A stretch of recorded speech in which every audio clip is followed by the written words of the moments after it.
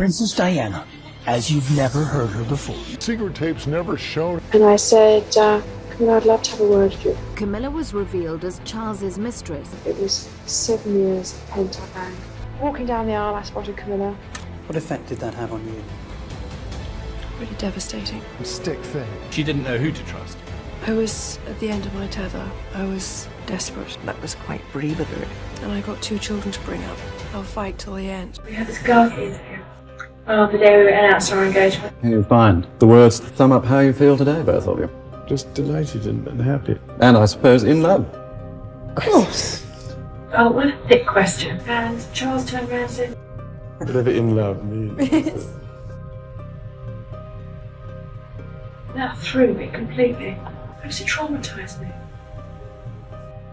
And the heartbreak just kept coming. I walked into this man's office one day and I said, oh, what's in that parcel? Oh, he said you shouldn't look at that. I said, well, I'm going to look at it. So I opened it and there was a bracelet. But the bracelet wasn't for her. It was for Camilla. Mrs. Barker-Bells is a great friend of mine and will continue to be a friend for a very long time. It had Charles and Camilla's nicknames on it. This happened just 2 weeks before their wedding. I went upstairs, I had lunch with my sisters who were there, and I said, I can't marry him. I can't do this. This is absolutely unbelievable. And they said, well, you're too late to chicken out. Diana was raised knowing she had a duty to perform, no matter how she truly felt. How aware were you of the significance of what had happened to you? I wasn't daunted, and I'm not daunted by the responsibilities that role creates. Diana Spencer grew up in one of the grandest aristocratic families in England. I was a rebel. I always did the dares. I always did the opposite for everybody else. I was always there. And said to my father, when I was the age of 13, I know I'm going to marry someone in the public eye. Do you have any thoughts about the lady that a Prince of Wales should marry? Prince Charles was not looking for love. He was looking for someone who can share the burdens and duties. Love was not top of the agenda. As far as Diana was concerned, it was. When you've had divorced parents like myself, you'd want to try even harder to make it work. Diana thought that getting married meant Charles would be faithful. And I remember being so in love with my husband that I couldn't take my eyes off him. Here is the stuff of which fairy tales are made. Walking down the aisle, I spotted Camilla, vivid memory. And I thought, well, there we are, that's it. Let's hope that's all over with. It wasn't long after the wedding you became pregnant. What was your reaction when you learned that the child was a boy? Enormous relief. I felt the whole country was in labour with me. I feel my role is supporting my husband and always being behind him, encouraging, and also, most important thing, being a mother and a wife. That's what I try to achieve. Being a mom came naturally to Diana. It brought out a side of her that no one had seen before. To myself and William, she was just the best mother ever. She was one of the naughtiest parents. She had a very cheeky sense of humour. She would just engulf you and squeeze you as tight as possible. It was that love that even if she was on the other side of a room, you could feel it. And when she showed that side of herself to the world, they loved her. You very much created the role that you would pursue for yourself. I was compelled to go out and do my engagements and not let people down and support them and love them. But she always understood that there was a real life outside of palace walls. You look as if you've got tears in your eyes. Why? I've been waiting for so long to see her. Diana's modern, human approach made her extraordinarily popular. She'd come back with all these stories and full of excitement and just passion for what she'd been doing. But there was one person who wasn't excited for Diana. So they were expressing a preference even then for you rather than your husband? Yes. I've come to the conclusion that really it would have been far easier to have had 2 wives. If you're a man, or my husband, a proud man, do you feel low about it, instead of feeling happy and sharing it? And the threat of Camilla still lingered. A husband who loves someone else, yes. You really thought that? Mm-hmm. I didn't think that, I knew it.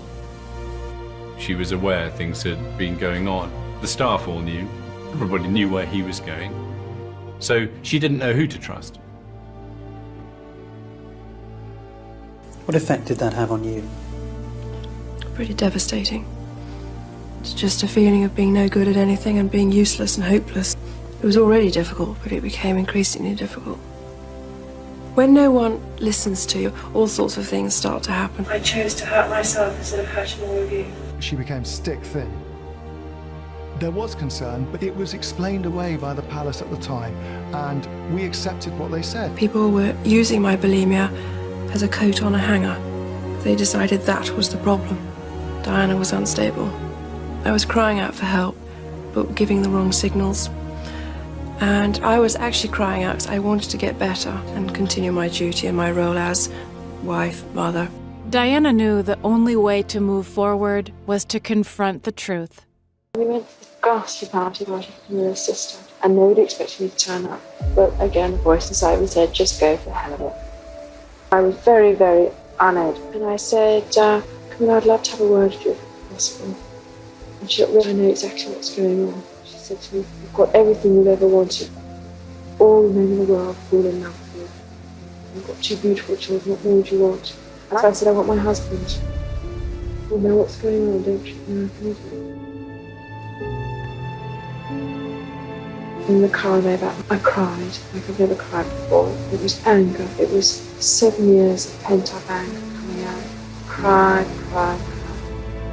It was clear to Diana that there was no hope. Charles was never going to choose her. Diana chose to leave him and became the fearless mom her sons needed. I will fight for my children on any level in order for them to be happy and have peace of mind. It is announced from Buckingham Palace that the Prince and Princess of Wales have decided to separate.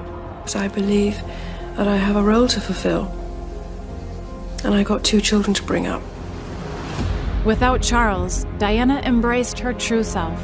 Once she was no longer a member of the royal family, she, I think, just felt a sense of freedom.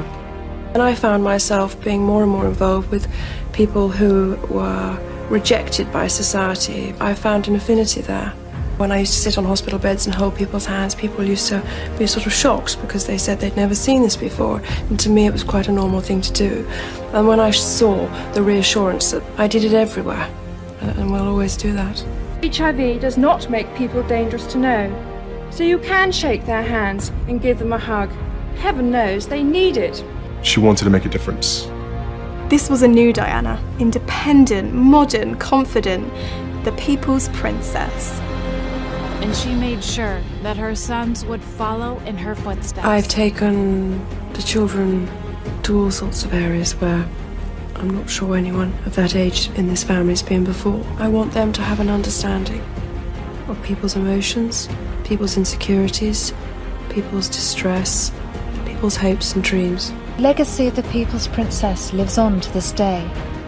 It was her love of life, of people, of those less fortunate and of her children that saw her lead a quiet but powerful revolution. My mother lives with me every day. She gave us the right tools and was prepared as well for life in the best way she could. The best lesson I learned from her is be yourself. Be yourself in everything that you do, and just give as much as you can.